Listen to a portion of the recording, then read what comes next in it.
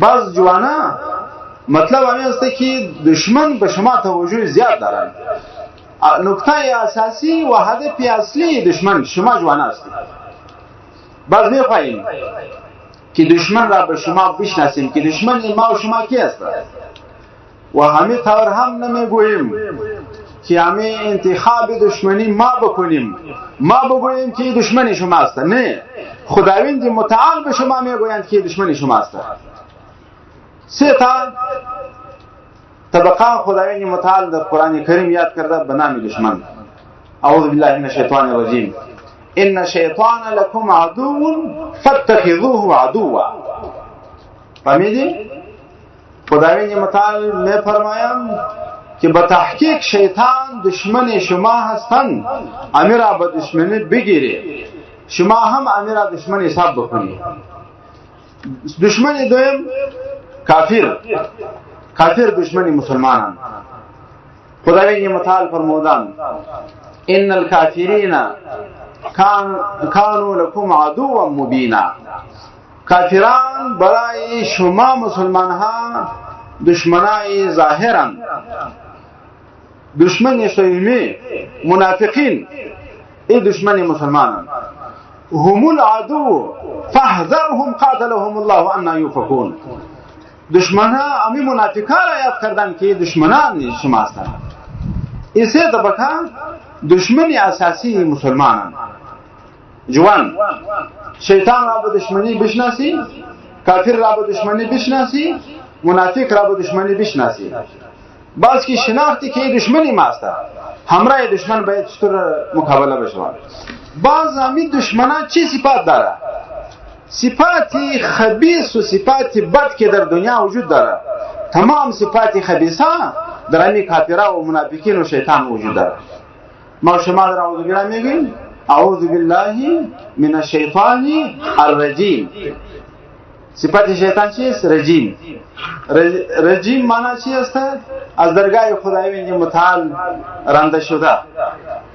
درباره کافران آمده والکافرون هم الظالمون، به نام ظالم یاد شده. درباره کافران آمده اولئک هم الکفرة الفجرة، به نام فاجر یاد شده. درباره کافران آمده ان الذين كفروا من اهل الكتاب والمشركين في نار جهنم خالدين فيها اولئك هم شر البريه. در تمام انسانیت بدترین انسان ها که هست کافر هستند. خداوند متعال میفرماید درباره کافران میآید ان شر الدواب عند الله صم البكم الذين لا يعقلون. در حیوان ها بدترین حیوان هم کافر است. خداوند متعال میرا به نام کافر یاد کرد. به نام سفهاء آمده الا انهم هم السفهاء ولكن لا يعلمون. به نام مفسدین یاد شده الا انهم هم المفسدون ولكن لا يشعرون. به نام مفسد یاد شده، به نام سفیه یاد شده، به نام فاجر یاد شده، به نام ظالم یاد شده، به نام کافر یاد شده، به نام شر البریه یاد شده، به نام شر الدواب یاد شده. تمام صفتهای خبیث که هست تمام در همین کافرها جمع هستند. برادرای عزیز، این کافرها درباره اسلام و مسلمان ها چه اراده دارند؟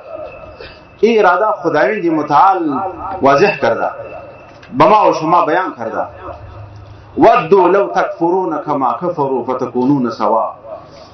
کافرها خوش داره که شما هم کافر شوی، همراه اونا یکسان شوی. کتاب خداوند متعال ود كثير من اهل الكتاب لو يردونكم من بعد ایمانكم كفارا حسدا من عند انفسهم. بسیار از همین اهل کتاب خوش دارند که شما را دور بدهند از اسلام به رای و دلالت و گمراهی. خداوند متعال فرمودند یا ایها الذين آمنوا ان تطيعوا الذين كفروا يردوكم على اعقابكم فتنقلبوا خاسرين. اگر اطاعت کافر را کردی شما را به کفر میبرند. خداوند متعال فرمودند. باز ما و شما بفهمیم که اراده دشمن ما برای ما می است که ما باید کافر شویم، نعوذ بالله، ما باید مرتد شویم. دشمنا را بشناسی ای جوانای عزیز. باز ما و شما باید تعلق چطور تعلق داشته باشیم امرای کافرها؟ امرای کافرها تعلق بکار نیست، امرای کافر حربی مقاطعه است. یا ایها الذین آمنوا لا تتخذوا بطانة من دونكم لا يعلونكم خبالا ودوا ما عنتم قد بدت البغضاء من افواههم وما تخفي صدورهم اکبر. در اینجا خداوند متعال فرمودند که اعضای کافرها دوستای اندرونی نگیری، اونا تقصیر نداره در فساد شما. هر چیزی که شما را تکلیف میدهند با همین چیز اونا خوش میشن. امان دشمنی که از زبانهای اونا صادر میشه در قلبهای که داره از این خیلی بلاست. خداوند متعال وضاحت داده و خداوند متعال فرمودند یا ایها الذین آمنوا لا تتخذوا عدوی و عدوکم اولیاء. دشمنای ما و دشمنای شما را به دوستی نگیرید. یا ایها الذین آمنوا لا تتخذوا اليهود والنصارى اولیاء بعضهم اولیاء بعض ومن يتولهم منكم فانه منهم. همین قسم آیات ها بیشمار آمدند که ما و شما را به مقاطعه همراه کفار آگاهی میدهند و هدایت میدهند. امروز یک فکر آمده، خیلی متوجه باشید، یک فکر آمده که کافر را به نام کافر نگویی، کافر را به نام امی بگویی که نامسلمان بگویی، با امی خاطر که نفرت نه. در اینجا یک توافق بکار است در بین ما و اونا، باید یک تعامل باشه. در امی دنیا یک به دیگه ضرورت داره. بله تعامل خوب است، تجارت میکنیم امرای اونا، همسایگی که داریم اصول ما مراد کنه، اصول اونا که درباره امنیت است مراد میکنیم. البته غلامی کافر را قبول نمیکنیم، عقیده کافر را قبول نمیکنیم، فکر کافر را قبول نمیکنیم. باز در اینجا متوجه باشیم برادران که ما و شما به مکلف هستیم و از اساسات ایمان ما و شما همی است که ما امرای کافر باید برا داشته باشیم. رای نجات چیست؟ از همین دشمنا که شیطان است و کافر است و منافق است. رای نجات کتاب الله است. ترکتم فیکم امرین لن تضلوا ما تمسکتم بهما کتاب الله و سنتی. پیغمبر علیه السلام فرمودند دو چیز در بابین شما مانده استیم، اگر هر وقت که شما با همین دو چیز تمسک داشته باشید گمراه نمیشه. یکی کتاب الله است، بل دیگه سنتی طریقه ماست. با طریقه پیغمبر که روان باشیم، با عقیده پیغمبر که روان باشیم، با هدایت قرآن که روان باشیم، بل گمراه نمیشیم. الف لام میم ذالک الکتاب لا ریب فیه هدی للمتقین. قرآن کتاب هدایت است. ان هذا القرآن یهدی للتی هی اقوم فاستمسک بالذی یوحی الیک. با همان کتاب دست بگیری که برای شما وحی شده نازل شده. برادران یک گپی اساسی معنی است که ما و شما باید تمسک به دین داشته باشیم، به شریعت داشته باشیم، دشمن خود را بشناسیم تا که از رأی خداوند گمراه نشیم، عقیده ما تباه نشود، فکر ما تباه نشود، اخلاق ما تباه نشود، اعمال ما تباه نشود. نمازگزار باشیم، سنت پیغمبری داشته باشیم، اخلاق پیغمبری داشته باشیم، اعمال صحیح داشته باشیم، عقیده صحیح داشته باشیم. این یک فریضه اساسی ما و شماست. رای نجات کتاب الله و سنت رسول و تعلق با علماء کرام. المرء على دین خلیل.